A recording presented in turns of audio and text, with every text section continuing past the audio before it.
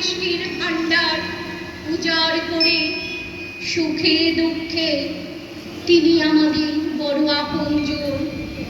হৃদয়ে জোড়া নিত্যদিনের অনুষঙ্গী তিনি আমাদেরই কবি রবীন্দ্রনাথ। তার সব সৃষ্টির মাঝেই আমরা খুঁজি আপন অন্তরাত্মাকে। মানব জীবনের তাবৎ ভাবনার উৎসে আছেন তিনি। আমরা নিরন্তর অবগাহন করি তার বিপুল সৃষ্টি সরোবরে। জীবনের প্রত্যেক বাঁকে বাঁকে আমাদের পদক্ষেপের ছন্দে ছন্দে ছড়িয়ে আছেন তিনি।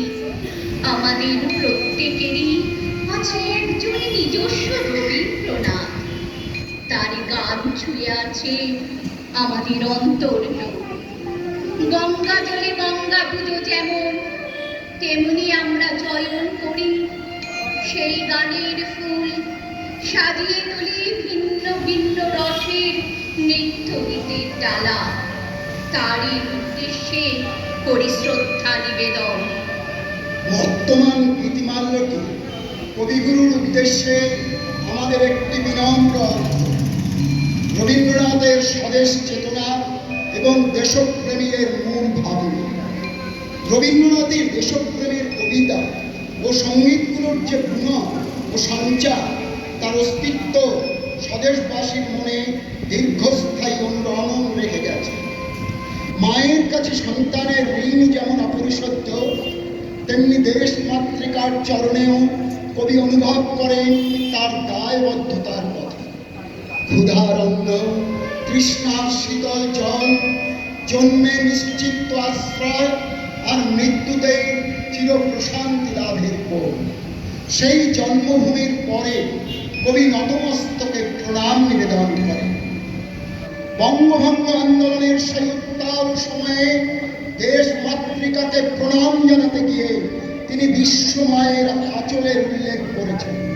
তাতে তার স্বদেশ প্রেম যে কত উচ্চগ্রামে বাধা, তা এই গানে বেশ উপলব্ধি করা যায়।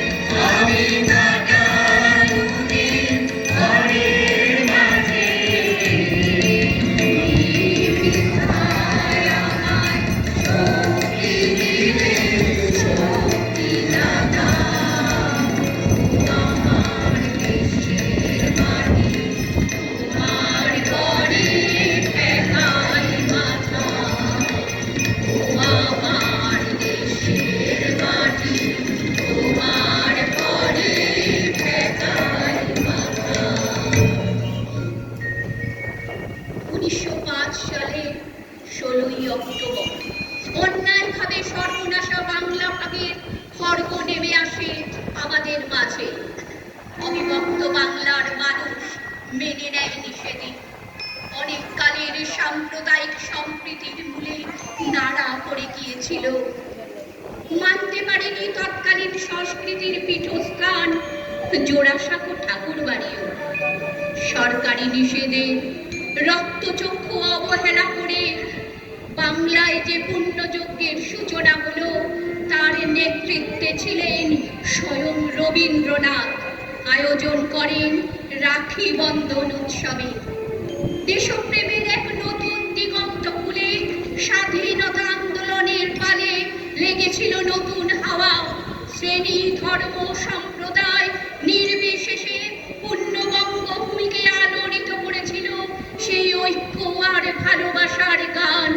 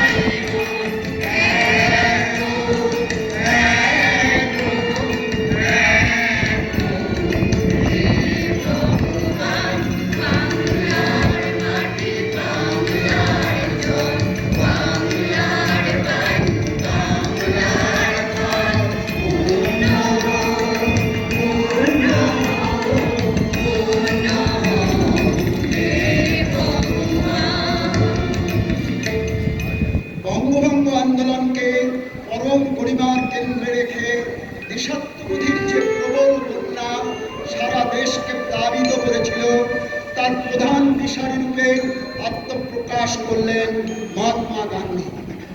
একদিকে মহাত্মার অসহযোগ অহিংসা আন্দোলন, অন্যদিকে বাংলার বিপ্লবীদের সর্বাত্মক যুদ্ধের প্রস্তুতি। সে সময় কবিচিত্ত স্থির থাকতে পারেনি। মহাত্মা গান্ধীকে কবি লিখলেন, ভারতবর্ষ যেদিন প্রতিপন্ন করিতে পারিবে যে কেবল বাহুবলে আধিপত্য বিস্তারের অধিকারে যাহারা এই দেশ শাসন করিতেছে, নীতির দিক হইতে তাহাদিগের তুলনায় ভারতবাসী অনেক উন্নত। সেই দিনই তাহার স্বাধীনতা লাভের সুযোগ আসিবে। অবিচলিত বিশ্বাসের মর্মে আবৃত হইয়া তাহাদিগের বিরুদ্ধে দণ্ডায়মান হইতে হইবে। কবির এই দৃপ্ত আহ্বানে সমস্ত দেশবাসী অনুপ্রাণিত হয়ে উঠেছিল। কবির লেখনী অগ্নি আখরে গর্জে উঠেছিল। ওই অমর মরণ রক্ত চরণ নাচিছে সগৌরবে, সময় এসেছে নিকটে, এবার বাঁধন ছিঁড়িতে হবে। এই বাঁধন ছেঁড়ার সংকল্প বাংলার আবাল বৃদ্ধ বনিতা চরম দুঃখ বরণে দ্বিধা করল না। তাদের কণ্ঠে উঠল শঙ্কাহীনতার আহ্বান।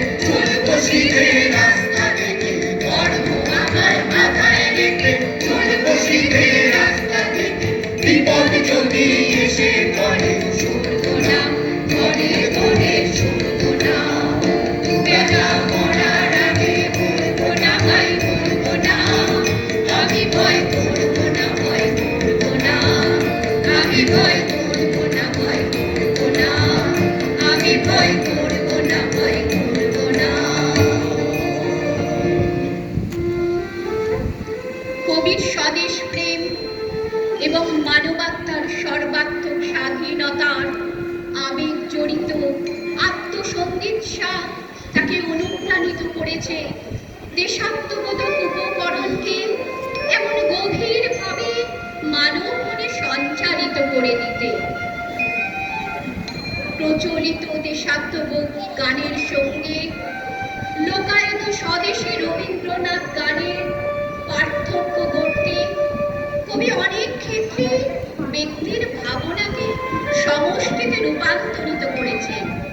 তার নিখাদ দেশপ্রেমে ভাবার সঙ্গে অনায়াসে সামিল করেছেন দেশের সংখ্যাগরিষ্ঠ মানুষকে, দীক্ষিত করেছেন আত্মশক্তি সঞ্চয়ের অনুষঙ্গে শৃঙ্খল মোচনের গুরুভার বহনে সক্ষম হতে। আত্মদানের উৎসধারায় ঘট পূর্ণ করার ডাক দিয়েছেন। জীবন ও মরণের মাঝে তিনি দাঁড়িয়ে আছেন শক্তির বড়া ভয় নিয়ে।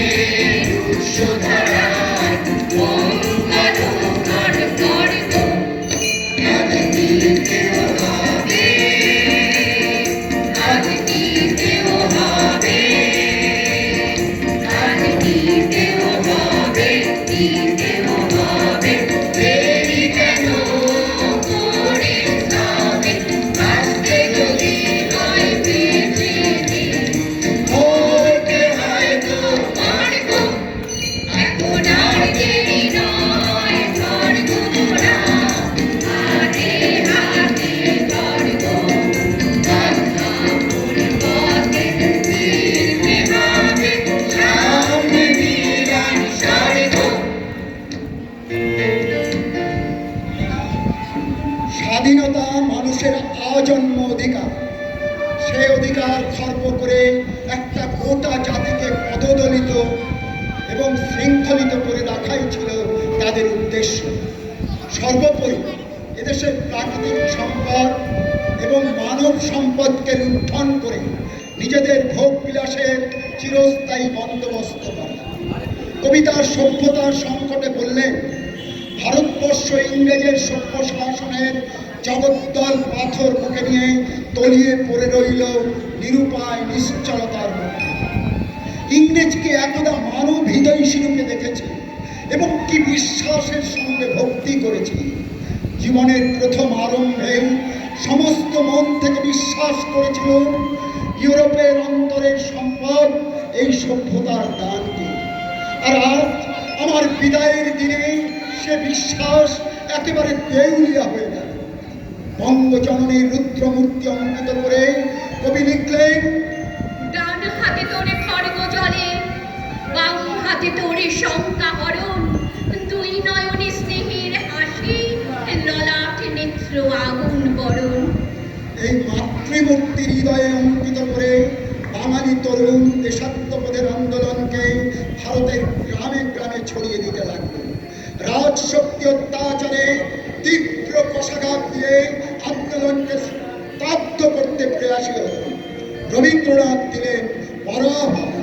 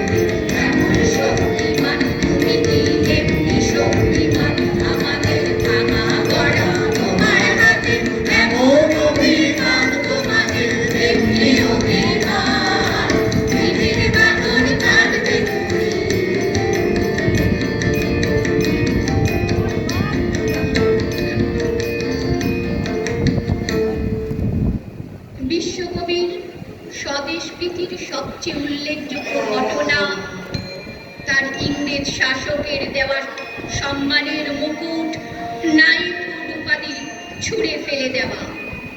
সারা দেশের বিপ্লবী এবং স্বদেশ প্রেমী মানুষ সেদিন এক আশ্চর্য সংগ্রামের প্রেরণা পেয়েছিল।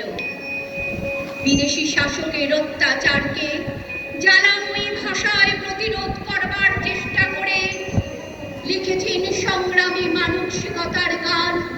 তার গানে ছিল নির্ভীক মনির উন্মাদনা, সংঘবদ্ধতার শক্তিতে জীবনপণের দৃঢ়তা, পিছিয়ে পড়া জাতিকে এগিয়ে চলার আহ্বান। এরপর আন্দোলন যতই সম্প্রসারিত হয়েছে, ততই দেশবাসীকে উদ্বুদ্ধ করার জন্যে রবীন্দ্রনাথ একের পর এক রচনা করেছেন স্বদেশ প্রেমের গান। এই সময়ের রচিত এমন একটি গানের বাণী ও সুর শত বর্ষ পেরিয়ে আজও প্রাণিত করে, দেশকালের গণ্ডি অতিক্রম করে সর্বদেশের জাগরণের গান হয়ে ওঠে। সার্থক জনম আমার জন্মেছে এই দেশে, সার্থক জনম মাগো তোমায় ভালোবেসে। বঙ্গভঙ্গ আন্দোলনের যুগ পেরিয়ে বেশ দীর্ঘ সময় কবি স্বদেশ পর্যায়ের গান রচনা থেকে বিরত থেকেছে। জীবনের অপরাহ্ন বেলায় সর্বাত্মক স্বাধীনতা আন্দোলনের আঁচ তাকে অনিবার্যভাবে স্পর্শ করেছে। পরিণত আবেগে রচিত হয়েছে আবার কিছু অসামান্য গান। পরে যেগুলি স্বদেশ পর্যায়ের গানের ডালি আরো পূর্ণতায় ভরে দেয়। পরিণত বয়সের এইসব গানের ভাবে ও ভাষায় রয়েছে অনেক গভীরতা ও একজন মুক্তিকামী স্বাধীনতা প্রিয় বিশ্ব মানবের দেশপ্রেমের স্বতন্ত্র দর্শন। এমনই একটি গান গেয়ে আমরা শেষ করছি আমাদের গীতি আলেখ্য সার্থক জনম।